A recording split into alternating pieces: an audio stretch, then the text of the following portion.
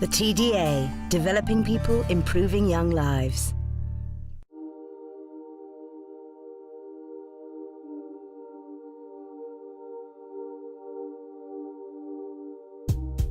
So let's first look at the informal language. You've done the dear, you've started the letter and you've signed off with from, and that's informal language as well. So I'll write that down as good. Assessment for learning, as we now know it, is a way of involving children in monitoring their own learning, matching the way they learn to their approach to different subjects in the curriculum, and trying to understand where they have to go to next with any particular piece of learning. So, against the background that we have in the school anyway, of listening to children, school is no longer something that's done to them, it's something that they're partners in. Park Lane Primary is a one-form entry school in the London Borough of Brent. Assessment for learning in the school is constantly evolving, and as part of an action research project, teachers have been researching different learning styles to accelerate children's progress and encourage more active participation in their learning. 1, 2, 3, 4, 5. Students in Pippa McGeoch's Year 6 class are no longer grouped according to ability, but are seated in mixed ability groups, which are changed every 2 weeks. Differentiation is achieved through the choice of success criteria in this maths lesson. Okay, so now that you've seen the different things we're going to do, we now need to think about what choice of activity you're going to make. Okay? Now the first one, this is the easiest one, for those of you that need a bit more practice and to get you started off with this week's learning. The second choice, for those of you that really would like to try working in all 4 quadrants, is going to be an activity that you're going to do with me. The final task, the real challenge, is a game, a bit like the game Battleships, which you might have seen before. If the children are going to be able to assess their own learning, they have to know what that learning looks like and what the actual learning intention was initially, which is why we share our WALT, We Are Learning Too. And then the success criteria is basically a guideline for the children so that they know what they're aiming towards. Positive 3 minus 4. Positive 3 minus 4.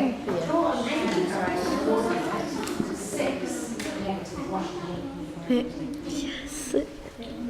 Really important that we remember either along the corridor and up the, or along the corridor and downstairs.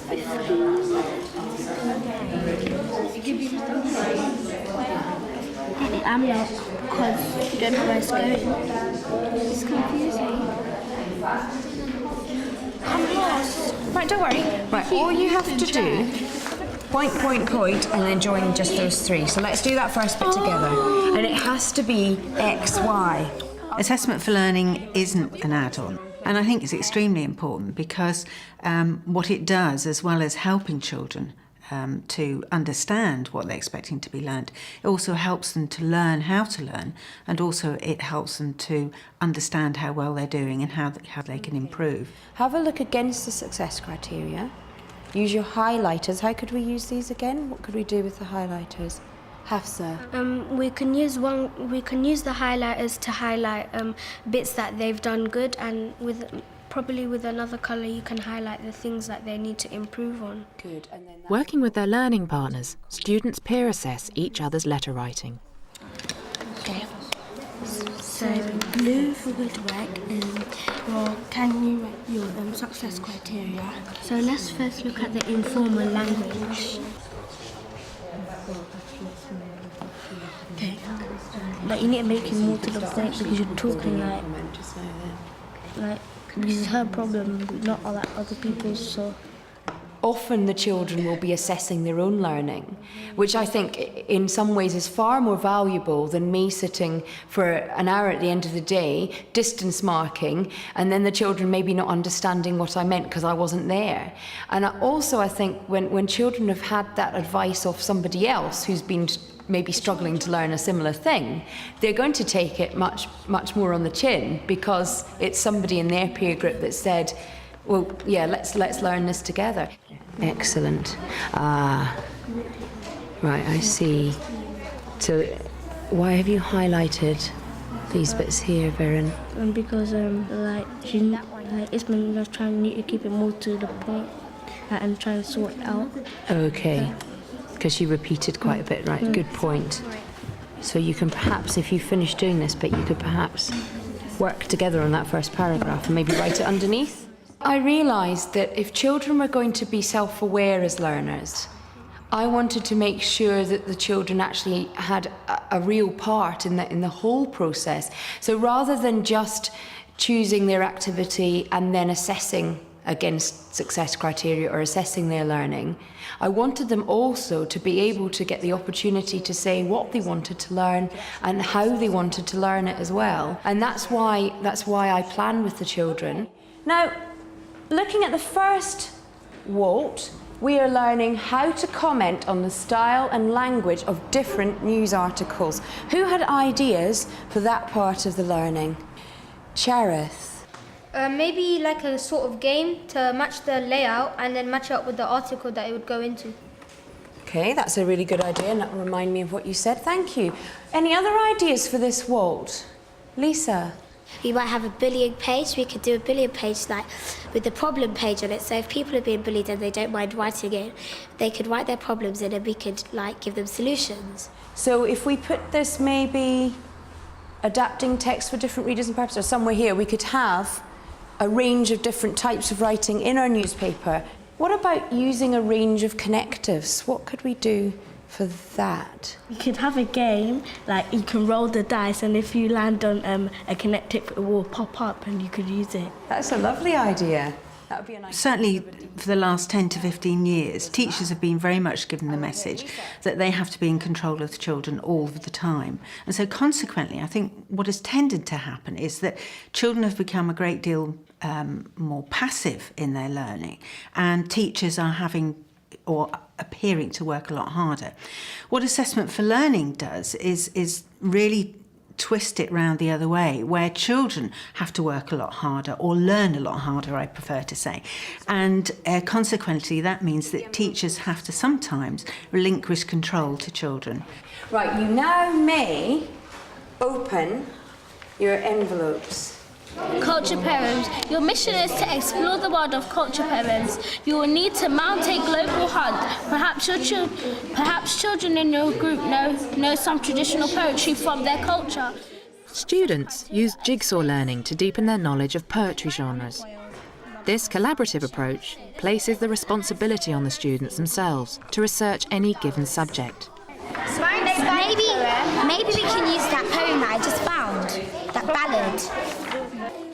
Jigsaw learning I think has been one of the most exciting things I learned about. It's an amazing way of engaging all learners, but making them feel sort of equal importance, which I think is very, very important for children to feel safe to take those risks and bring their learning on. That's the same one as this. From the first creature we desire increase. Every second line rhymes. Yep, it has 14 lines. Check yourself. Every one of them have 14 lines. It's 5 syllables and 7. Okay, we can do something. Children have got the opportunity to take the driving seat, if you like, really, with their own learning. I've had times where I didn't even need to really be in the room because the children were so into their own learning and managing it so well themselves. 3s to 3, 4s to 4, 5 to 5. Off you go. Jigsaw learning works with students moving from one group to another, envoying their specialist knowledge around the class. Expert at each table's now got their 3 minutes to envoy. Go. Me and my group, we were learning about haiku poems. To make a haiku poem, the ingredients are 7 syllables, 5 syllables, and another 7 syllables, 5 syllables, and another 5 syllables. Shakespeare, because William Shakespeare wrote a lot of sonnets and he was quite good at it. And we found out about sonnets that they all had to have 14 lines. What you see is an envoying of the learning, and we had 5 different types of poetry covered over the space of 4 hours, but every child, by the end of that session, was able to tell me about 5 different types of poetry, not just the one that they had specifically researched. A poem has to have a I am big pentameter. We are in school. We have called us PLS. We are called for I think one of the advantages of assessment for learning is that it's an idea, it's a philosophy, it's a way of thinking about learning, but it's also very flexible. And depending on the age of the children that you teach, the context of the children, you can actually adapt the approaches, the philosophy, if you like, to your particular children, your particular needs. Head teacher Martin Francis and his senior management team take an active role in monitoring the effectiveness of these collaborative learning strategies. We had 3 different tasks. So you had 3 sets of success criteria? Yeah. Okay, so which was the one you chose?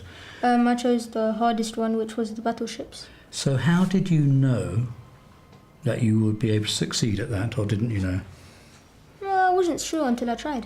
Okay, and you were willing to go for a challenge. Yeah. Okay.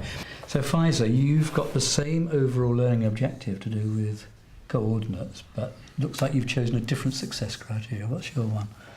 Yes. Can you plot coordinates using positive numbers? Did you decide yourself where you were at in terms of your learning about coordinates? And you thought you were still at the beginning?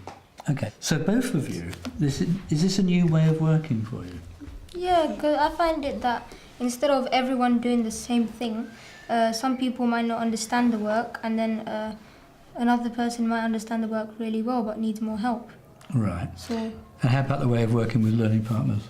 yeah, I think that's a really good way because we can both help each other. Yeah. It's better because usually there's one person who's on a high level and they can help the person who's a little lower. And how does it compare with the way you worked in other schools?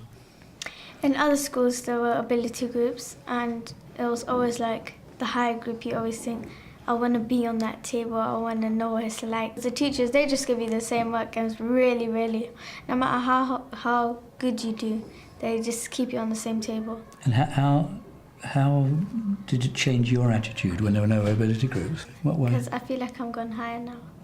Okay, well thanks both very much. Okay. A lot of them have said that they feel now much more motivated because we're saying to them, well, you can do this. And they feel that really the sky's the limit for them. Within the new Ofsted framework, because they do make judgments on teaching and learning, assessment for learning fits in very effectively with that second category. And when we had our Ofsted, I was really heartened by the extent to which they talked to children about the work that they were doing. I thought that was a big departure from just seeing how effectively the teacher put over material without looking at how it was received.